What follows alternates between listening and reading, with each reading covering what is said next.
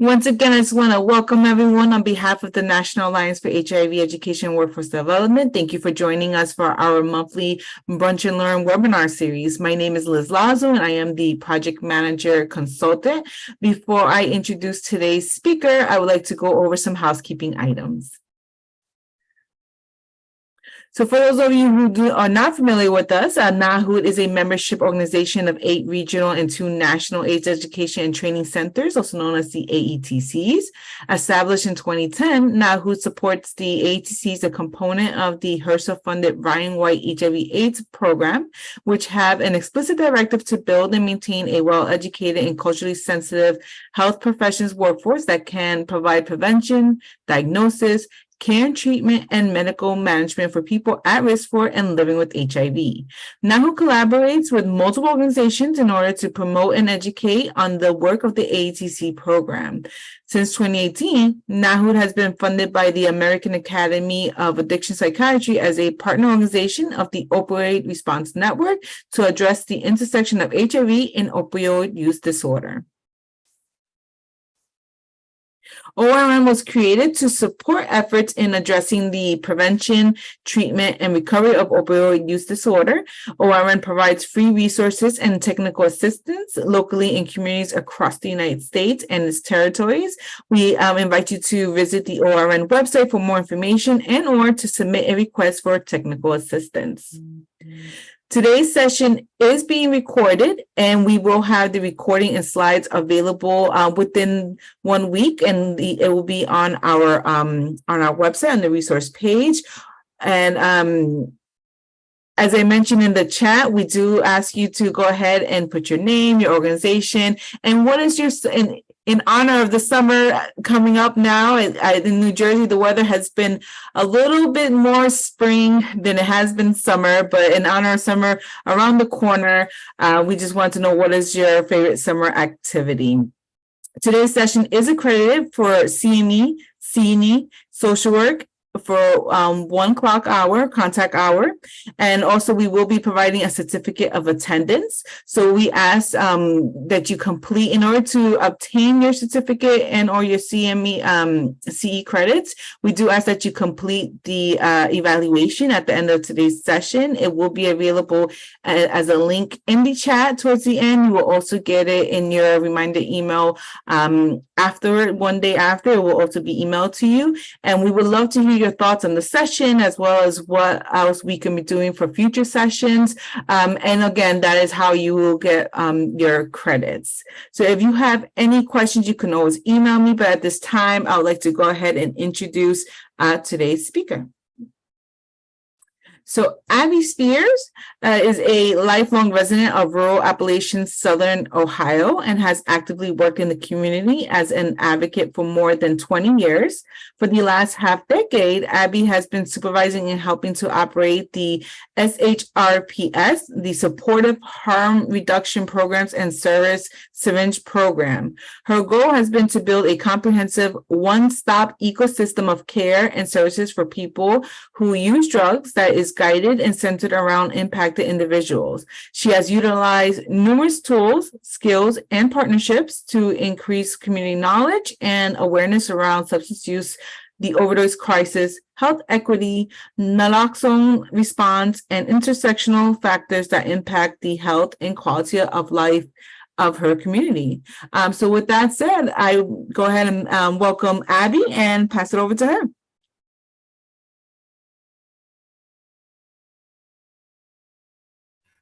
Thank you so much, Liz. I truly appreciate it. And I am so very excited and honored to be here today. And I do apologize, everybody. My camera has decided to just not cooperate for this viewing. So I am very sorry. I'll try to slide a picture in with the slides so that you can at least know what I look like when Liz sends them out at the end. But I'm going to go ahead and share my screen. So as Liz mentioned, I am a lifelong resident here of Southern Ohio. I grew up in a very small town. as I tell folks, it is literally 2.2 miles from one end to the other, and have lived here in Scioto County. And so I very much kind of watched the evolution of um, both like alcohol and substance use here in our area. And then, the proliferation of opioid pain medication, and the subsequent overdose crisis. So it has been, like I said, roughly a little over 5 years since I started working in harm reduction here in our area. And I have worked in a variety of community support and volunteer settings. And so to just get started, I know for myself, truly, when I first became involved with harm reduction, it was very much a learning experience for myself.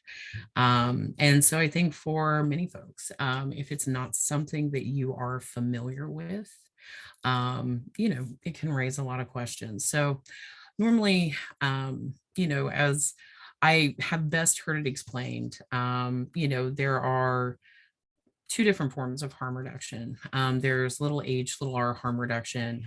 So as you see here, and the little h, little r harm reduction is really the practical everyday strategies and actions that we work with folks on to help, understand the risks associated potentially with, the things that they're, encountering or doing every day, and finding ways to help mitigate that.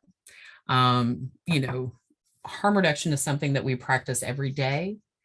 And it is something that, many folks do and don't even realize. Every time you put on your seatbelt, you throw on a bicycle helmet, put on some sunscreen. Those are all actions of harm reduction. And to understand the scope of harm reduction in the context of like substance use, it's understanding that there are those two pieces, the practical strategies and actions, as well though as like the actual philosophy and understanding of harm reduction as a social justice movement. Both though were really built and came about from the queer and trans, like Black and brown communities, as well as people that were using drugs when we saw the rise of HIV and the AIDS crisis that occurred here in the United States in the early 80s and throughout that decade. Not only were these the folks that first started to help implement things like syringe service programs, but they were also like the first folks to really start talking about, how to potentially sterilize equipment, how to protect yourself, the importance of not sharing used equipment. And, also too, you look at the actions of organizations like ACT UP, that were really driving a lot of the advocacy and political action at that point in regards to the laws and policies here in the United States around HIV and the treatment and services that were available for folks that had had HIV or were living with AIDS.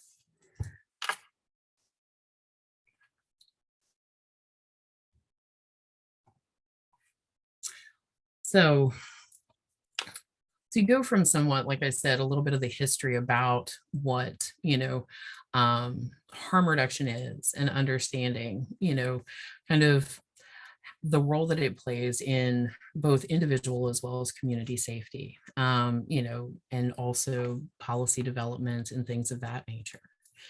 To how we, ended up with SHRPS, or as Liz said, the supportive harm reduction programs and services here in Southern Ohio. In 2011, our program was started by Bobby Bratchett, who was the head of our HIV program at the time.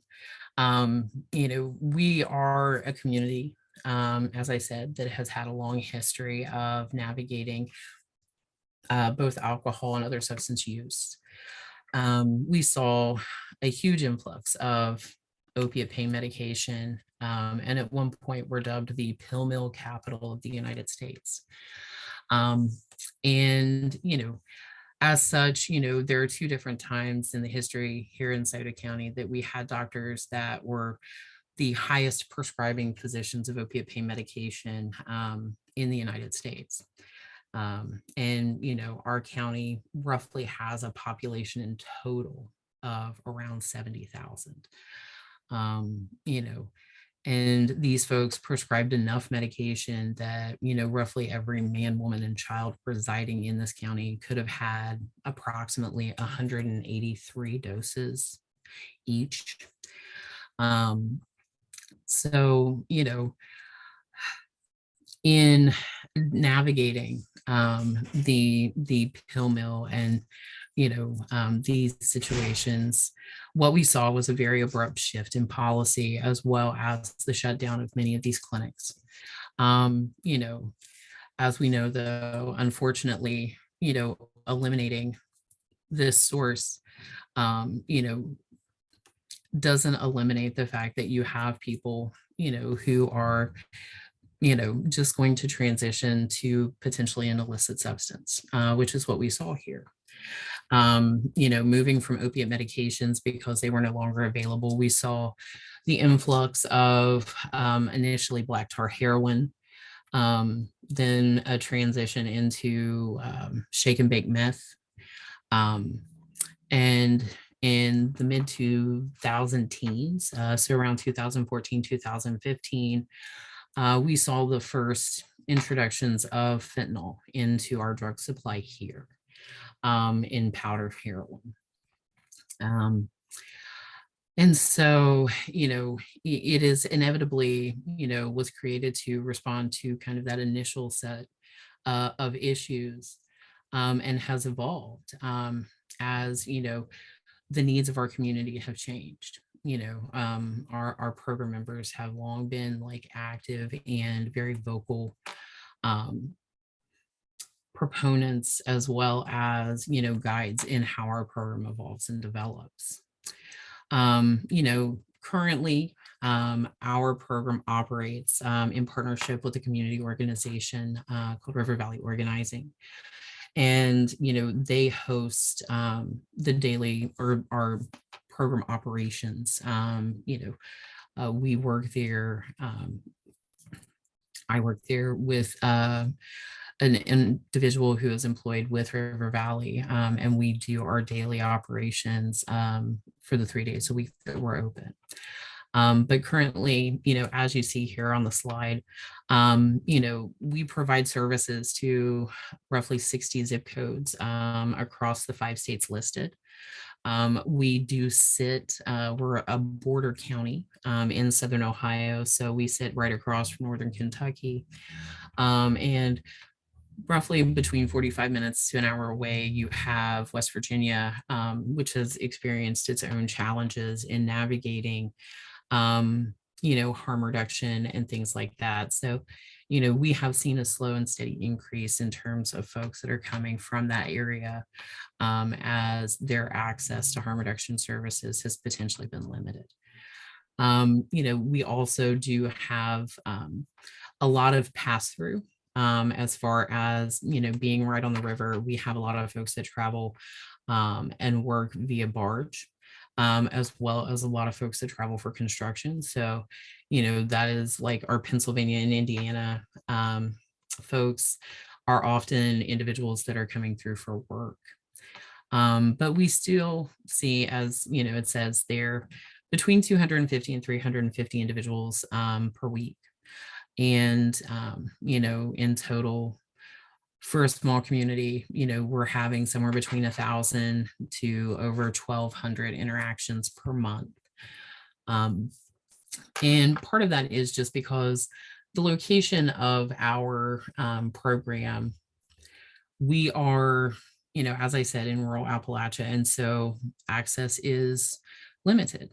We're also surrounded by other rural areas. So, for some folks, the potential of going to a location and encountering someone can often be a big deterrent, especially depending upon how open someone may be about their substance use. So we have folks that travel roughly between an hour to an hour and a half in every direction, surrounding us, just to access sterile supplies, obtain naloxone, fentanyl test strips, as well as like the many other services that we offer. Um, so to talk a little bit about like some of the things that we provide. So as you see here, this is the building that we operate out of, not a huge facility. But we do offer sterile syringes, as well as use syringe disposal. We provide, anyone that comes in and requests or, asks for fentanyl test strips, which we have done for over 5 years at this point. And we also try to offer, comprehensive HIV services as well as STI testing and treatment. So we work both with like Equitas Health, who has a local office here, and also who helps to sponsor our syringe program in terms of like the syringes that we're able to provide. And then, we also work, the Portsmouth City Health Department also has an HIV and STI division that are also able to provide testing as well as treatment services.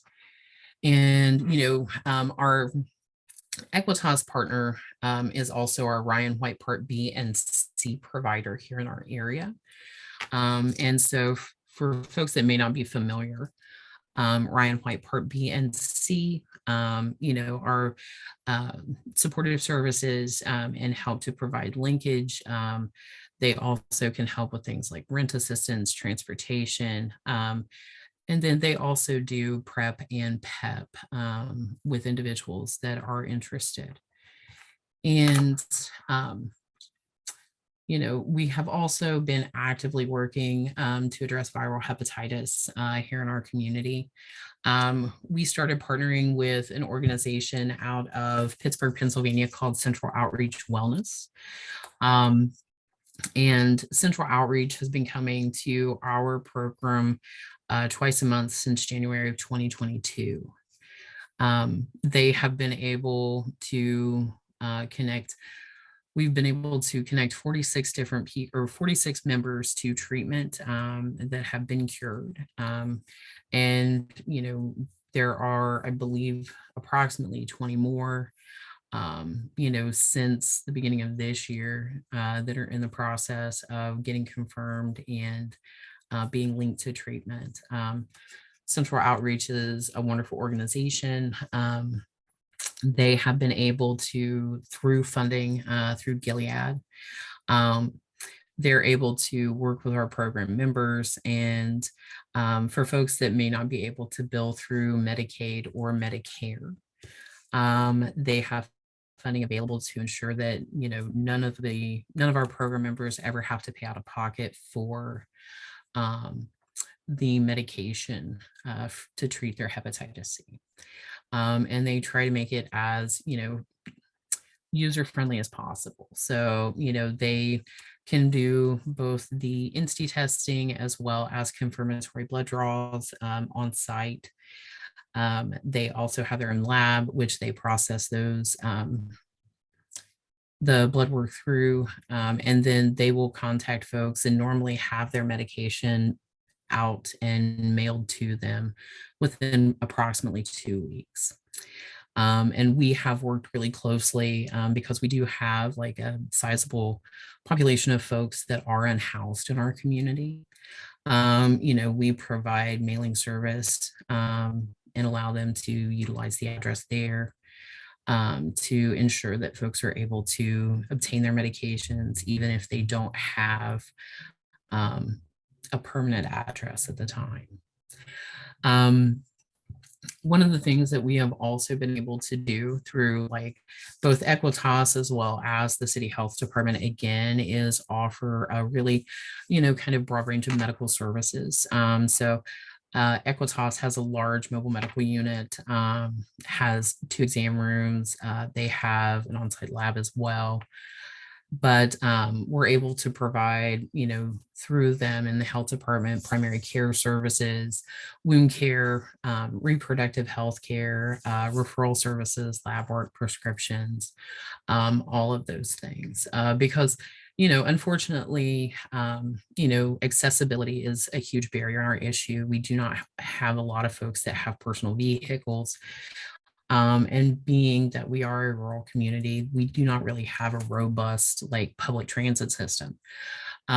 So oftentimes accessibility is a huge issue for folks. And being able to really truly kind of offer those services and meet people where they are in that regard as well has been tremendous, because many folks didn't have access to primary care. And, coupled with often the stigma and treatment that they have received at medical facilities, many individuals, just refuse to interact with some of the providers in our area because they have been treated so poorly and had such horrific experiences. It has really been, I think, an incredibly essential piece to really address overall like health, wellness, and quality of life, for our folks. In addition, like I said, in working with the city health department, navigation services are available to individuals. So, and I apologize for my spelling error there.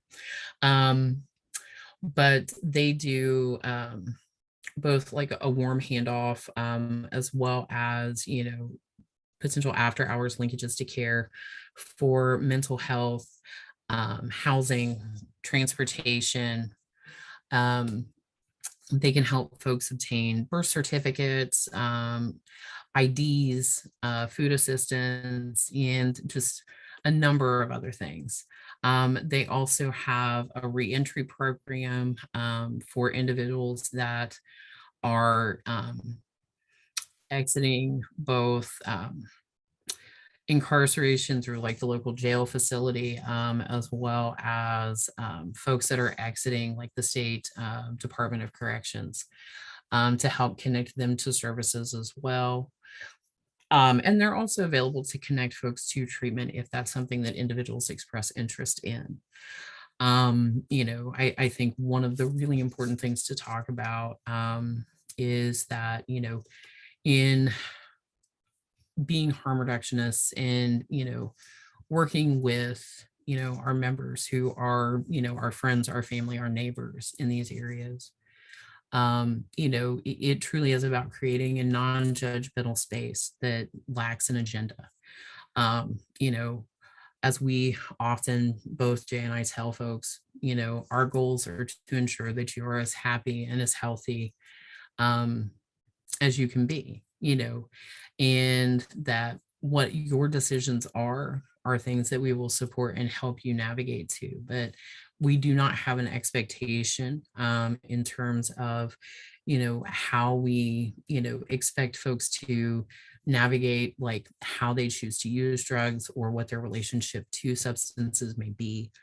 That just isn't, that isn't harm reduction. But the navigators are also able to provide Medicaid enrollment. They can also check folks' Medicaid status if folks had potentially enrolled prior to stopping into the syringe program. But that is a really beneficial service to make sure that folks, if they are needing potential additional medical care, wound care, antibiotics, anything like that, to ensure that there are no delays with that service. And I also too wanted to say, and I believe that it was mentioned earlier too, if you do have any questions, we will have some time at the end to go over them. And if there's any questions you want to throw in the chat too, please feel free. In terms of impact, because we have a very, very large naloxone distribution program that operates out of the syringe program. Not only do we do like direct distribution with our folks, but there's also a large amount of secondary distribution, as well as just community support. So, one of the things that we've learned as we have worked with, folks and really listened and taken in that feedback is that, for many in our area, you have folks that are operating as kind of like a community responder. So they may be, folks in a neighborhood, on a block, in an apartment complex, up in a holler, depending on where they're at in the county. There's the folks who need naloxone. They're the person folks go to actually respond to an overdose. And what we found is that being able to, provide naloxone to folks for like their own just personal, safety and protection, as well as, to potentially respond to, their friends, loved ones, has been incredibly helpful, but also allowing for like this secondary distribution and response effort. As you can see just from some of the numbers here, we have seen just unbelievable results. So, like our reversal numbers, I mean, the over 1,600 naloxone reversals that were performed by like our folks in the program, were instrumental and probably one of the largest contributing factors to that 25% reduction in overdose fatalities that we saw. Because, in rural areas, it is absolutely true that, folks that people are like using drugs with in community, these are the first responders.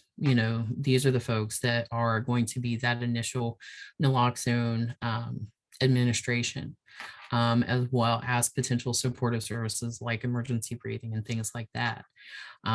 We are a community that's navigating an ambulance shortage. And so, and many of our like EMS, things like that are volunteer based, which means that, they are not something that may consistently be able to be accessed. So, ensuring that folks know how to recognize overdoses, that they have naloxone available and that they are comfortable and know how to administer it, is, just an absolute necessity in helping to reduce overdose fatalities. So one of the things I do like to talk about, not just because I get to include a picture of data, because I am a giant nerd and love Star Trek TNG, but it really is just talking about a lot of what we have been able to learn. We had started distributing fentanyl test strips, as I mentioned before, approximately 5 years ago. And at the beginning of 2020, we went through and did a review of the data that we had collected so far.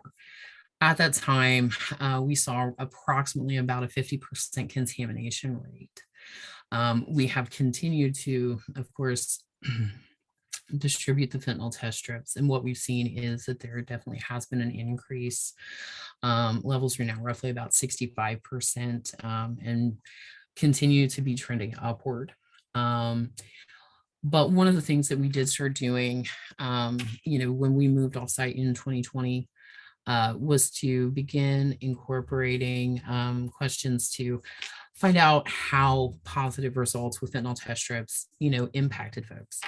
And what we found was like that they had a tremendous impact, And not only were folks testing their own drugs, but like, they were testing, friends, family members, because they wanted to let folks know how to be safe. As we provided testimony in support of like Senate Bill 288 and House Bill, I think 456, regarding both like the efforts that we're going through there. And ultimately, like the truth is that, when given the tools, folks will, use those things to help keep themselves safe and keep those they love safe. And what we've seen has been, like we do have a majority of folks that will say they just don't use it. We've also discovered that we have, a considerable number of folks that are allergic to fentanyl. And so they actively avoid it. Folks will make sure that, if it is positive, they may potentially use less. They make sure that someone's with them and that they stagger their use. And they also make sure that naloxone is always present. And we do have a few folks that, when having the conversation are like, I know the person that I get, I know that person that I get my stuff from. So if it tests positive, I take it back. And, so you find out and learn a lot of different things. But, this is just a small part of the data. So, we have been collecting, certain pieces of data for several years. And this is just kind of a retrospect from 2021 through 2023. And so you see that we have had considerable growth. Like I said, when we moved at the end of 2020, from that period on, and I think through most of 2021, we saw somewhere between a 700 to 900% increase in new members. But we were also able to, start documenting like the number of reversals performed, and things like that.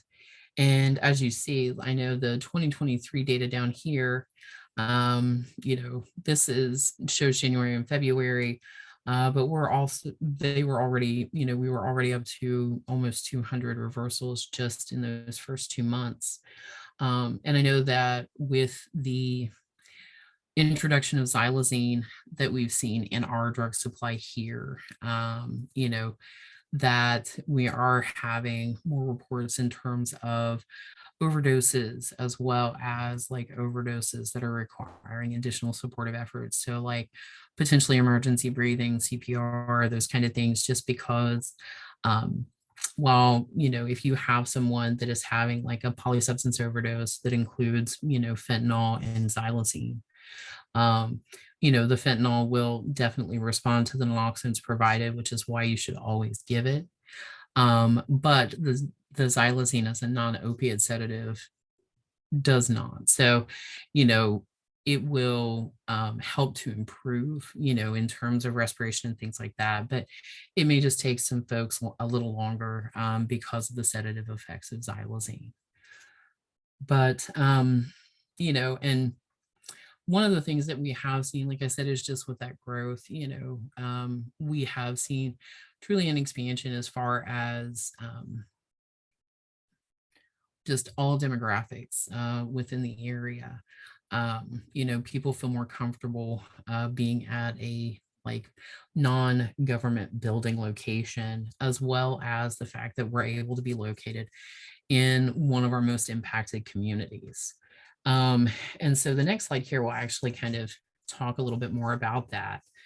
Because one of the things that I've worked on here has been the utilization of GIS mapping to really identify neighborhoods and areas where we're seeing the most impact, and potentially, for us to be able to do outreach to increase our, the community knowledge and awareness around the harm reduction program. So we utilize the system called ArcGIS through Esri. And we did that because it's also what's used by our county auditor. So there was a lot of information that was already loaded into it that really was helpful for us in terms of like personal information and just more local based information. But the ARC system through Esri has been really nice because the map that you see here on the left that has like the more general topography underneath, and you see we have like the white and black markings. So what these look at, the white dots represent fatal overdoses, and then the black houses there actually represent our blighted and abandoned properties. And then if you move over to the next slides, because this also incorporates what's known as American Community Survey information, you can look at things like the average household incomes within a certain area.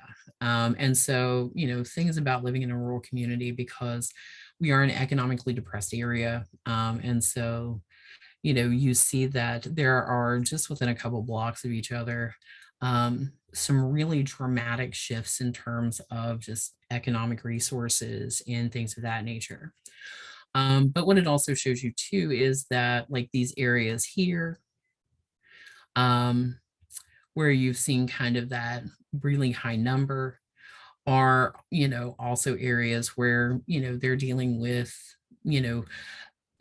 intersectional issues, and especially things like social determinants of health. So, socioeconomic things, as well as, potentially things like race, gender, and, accessibility issues, education, things of that nature.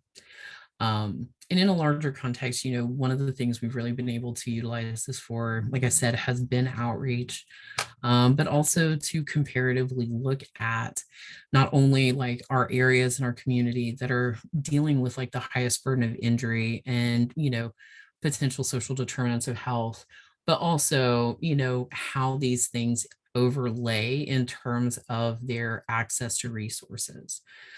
So like many of the communities here, like what you see that are really experiencing, um, a tremendous amount, often have either zero or just a minimal amount of resources that are easily accessible for them.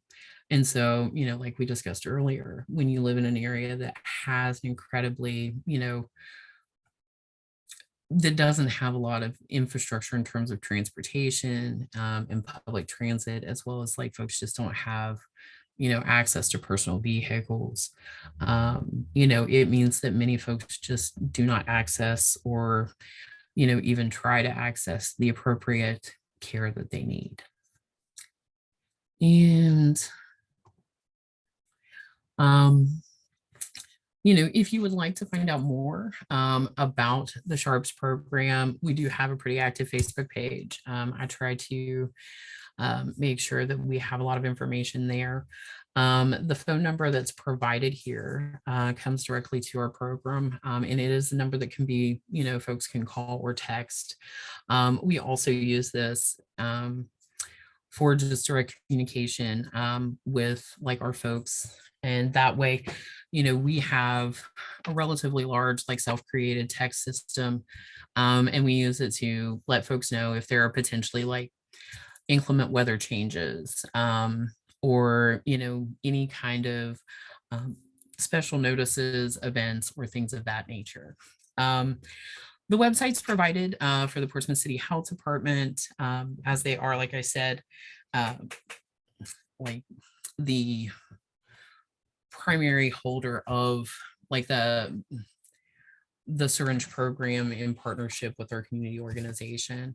And then Soda Connect is an organization that works very closely with SHRPS. I'm the executive director of, to really help promote community education around harm reduction services, harm reduction in and of itself, and to really educate people about the SHRPS program and what our local program is capable of doing. And lastly, just thank you, everyone. I will, if folks want to unmute themselves, um, I I think, yeah, we've got about 14 minutes left for questions, and I'll open the chat here too.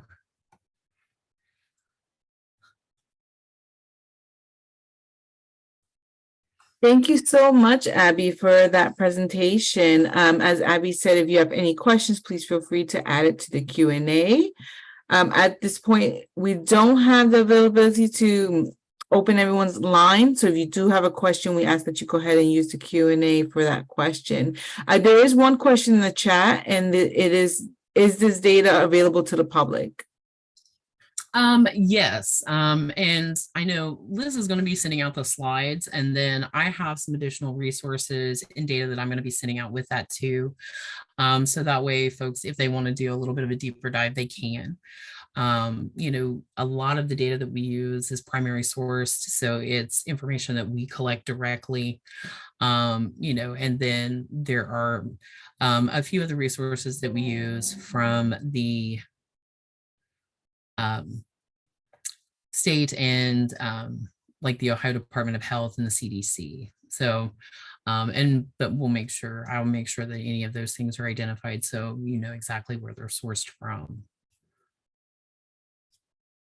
Great, thank you, Abby.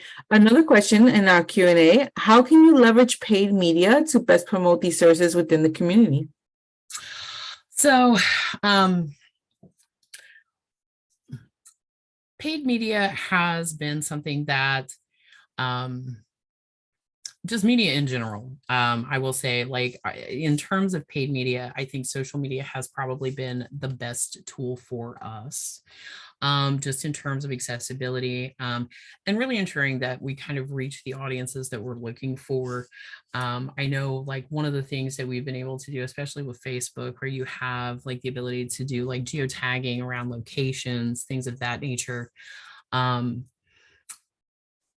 But inevitably, you know, I think that in any form of paid media, especially kind of in communities like mine, you know, it is being prepared to address the potential questions and things that will come up.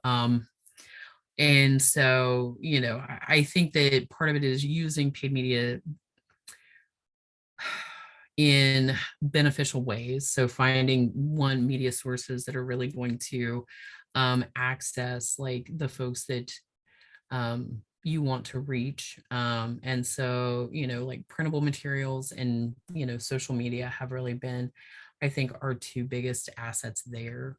You know, things like radio and billboards, like they also just really aren't super practical. You know, for many of our folks, like I said, you know, depending upon like their housing situations, as well as just kind of like socioeconomics, you know, having consistent access to things where they're able to listen to like radio PSAs or anything like that. But, you know, like I said, we do try to ensure that, you know, there's information available, you know, but really our biggest source has truly been word of mouth. We have more folks that are referring individuals in or just bringing in their folks when it comes to actual membership. In terms of like community education, though, you know, billboards can have some benefit, but it doesn't really give you a huge medium with which to address any kind of specificity, which can oftentimes, I think, be a challenge like for us, because inevitably like people will read things the way it's construed, can often lead to like larger issues. You know, so yeah, those things have been like I said, paid media has been a bit of a challenge in terms of navigating and finding out what works best for us. So another question, what are your recommendations for areas where law enforcement will not allow things like fentanyl test strips, supplies to test, needle exchange? In our area, they consider these paraphernalia, and we are not able to supply these to our patients or in our community. So, and yeah, and for that, I am very sorry, because I know that those things are incredibly challenging. So recently, it has only just been, so I think House Bill 456 that I mentioned actually just legalized fentanyl test strips here in the state of Ohio. So, they had previously been considered paraphernalia as well. And unfortunately, while Ohio allows for the creation and implementation of syringe service programs, or what they define as bloodborne pathogen prevention programs, syringes are still criminalized as instruments of drug abuse under the Ohio Revised Code. And unfortunately, the way that the law is set up is that folks have approximately 1,000 feet in any direction of your location that they're afforded protection. Beyond that, it is more so up to the discretion of law enforcement. I think that for us, like in terms of helping to build relationships, data has been a huge friend of ours. And I know that not every department has a lot, or has folks that are potentially interested in looking at those things. And this is where I truthfully also recommend like the GIS mapping, because for folks that don't like to look at charts and graphs and data is not really their thing, I have found that GIS mapping has been a much more easily consumable and visually arresting form in terms of presenting data. It's something that people can look at and clearly understand. So, if you have an idea in terms of presenting like your overdose fatality rates, or, just your non-fatal overdose rates, if you're working with folks in your community that are unhoused, like when you can demonstrate these things through, whether it's just simple mapping like I've done, heat maps, things like that, that oftentimes those can really be helpful tools in presenting that information. I would also too, like for folks that have potentially not had an opportunity, AIDS United, NASTAD, the Comer Foundation, there are a lot of folks and organizations that have some really great resources and tools that can help provide you with information about like specific regulations in your area for one, but also like resources around best practices that you can use in partnership with like the data that you're providing, to help folks really truly understand like the impact that harm reduction programming can have. And then, I mean, lastly, too, all of these like organizations, as well as some others, there are a lot of folks that are a part of harm reduction as a whole, that have great information and, will gladly help provide some assistance and tools in terms of, putting together like presentations or just information that you want to give to like your local law enforcement, to, your local city council, or, political office holders, as you make these conversations. There are folks that will also be able to offer assistance, or direct you in ways to help you navigate potentially changing state laws in your area.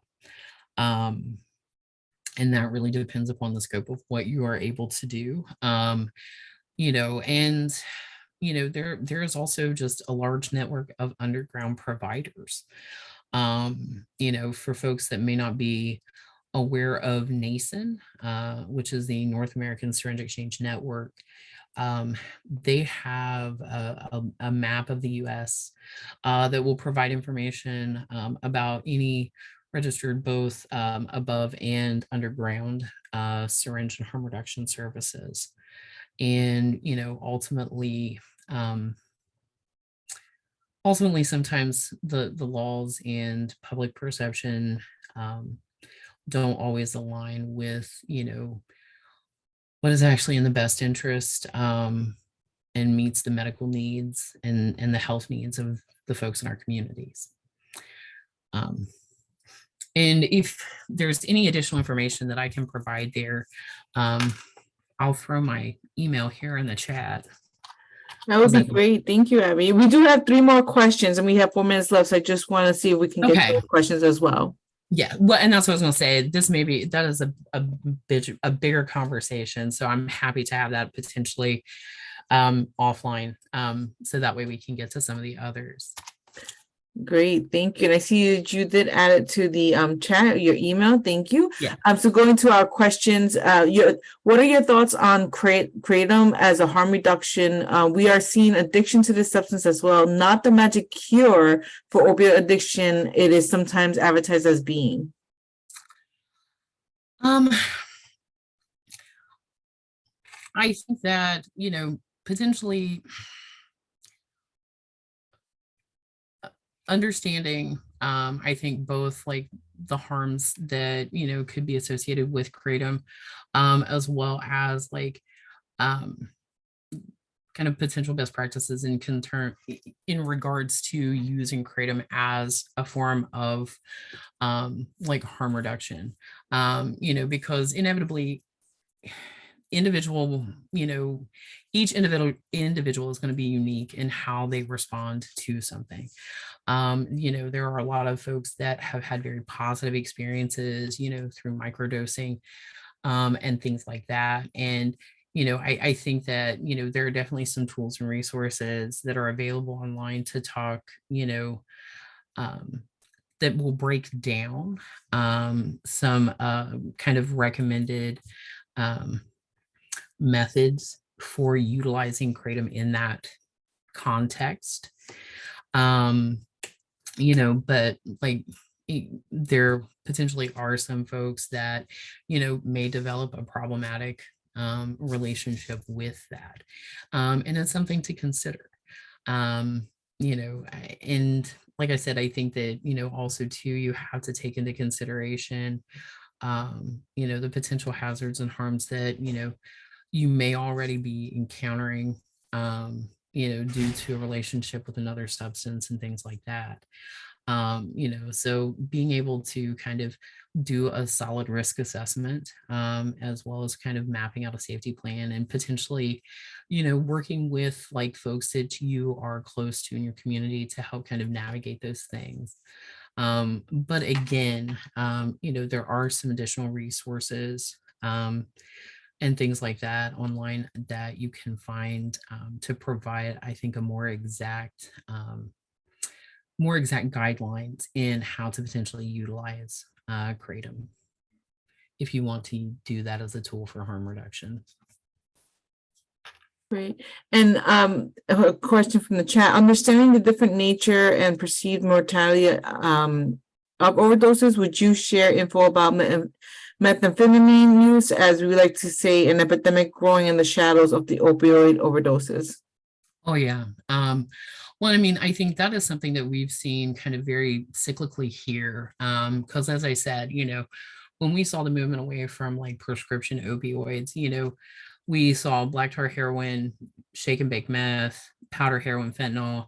And then, within the last several years, with the introduction of ice, and things like that, we have seen just a huge increase in terms of polysubstance use. So, when we look at and kind of review our overdose fatalities, like what we're seeing is probably between 85 and 95%, given, the quarter that we're looking at are, polysubstance related, and our combination of like stimulants with fentanyl. And, like some of those are, potentially just kind of inadvertent cross-contamination, things like that. But much of it, as I said, is just polysubstance use. Folks are, utilizing substances different times or together. But yeah, I mean, it's having a huge effect. And, I think that that's really part of why too, having the conversation. So that way, if we do have folks that may, alternate as far as like up and down kind of, being able to make them aware as far as like, using test strips to see if stimulants may contain any kind of fentanyl, stuff like that, just so they're aware in terms of what they are potentially taking in, has really been beneficial. Great, thank you. And we are at the top of the hour, but I do want to address this one question. Was there any pushback from the community regarding providing the harm reduction services? If you can give us a brief answer for that. Yes, I mean, and while, I think that like this has, that position is changing. We have like a steadily growing number of supporters of harm reduction services. As I like kind of laughingly often tell folks, there's still a sizable amount of the community that thinks I am the Antichrist for what we're doing. And, I think that like part of that is, we are in Appalachia. And so there is definitely cultural components, religious ideology, many things that come into play, when kind of discussing harm reduction and helping to increase community knowledge and not build or incite inadvertent division. Because we do have such a large number of folks in our area that have been impacted, whether that's personally through their own like relationship with substances, that of a family member, close friend, spouse, child, like, as I've told many times, like, it would be harder to find someone in this area that hasn't been touched by this than it would the other. But a lot of it too is really just an ongoing, consistent conversation. Being able to look at folks' criticisms, oftentimes potentially as, their own trauma and unprocessed grief from the loss of people that they care about, and really utilizing them as teaching moments, and providing folks with information, because in many times they just haven't had an exposure to something like this or had that thought introduced to them. And oftentimes that conversation can really have a huge impact and change their perspective. Great, thank you. And there was one question regarding a website. So I don't know if you had mentioned that. They had asked, what is the name of that website, Nathan? So I don't know if you can add that. Nathan. Yeah. If you can add that to the chat, that would be great. Thank you. There is one hand up. Because of the interest of time, Abby, what I'm going to do is I'm going to close up the session. But if you can stay on for another minute or two, and Michael, if you want to stay on to ask your question, Abby, would that be okay? Yeah, definitely. Okay, perfect. So if you're interested in staying on, you can stay on. Michael, I'll go ahead and oh, never mind, the hand went down. So I think we're good. So I just want to thank everyone for attending today's session. As I mentioned earlier, the link for the survey is in the chat. We would love to have your feedback, as well as if you would like to receive credit, CE credit for the session. We ask that you complete the survey within 2 weeks.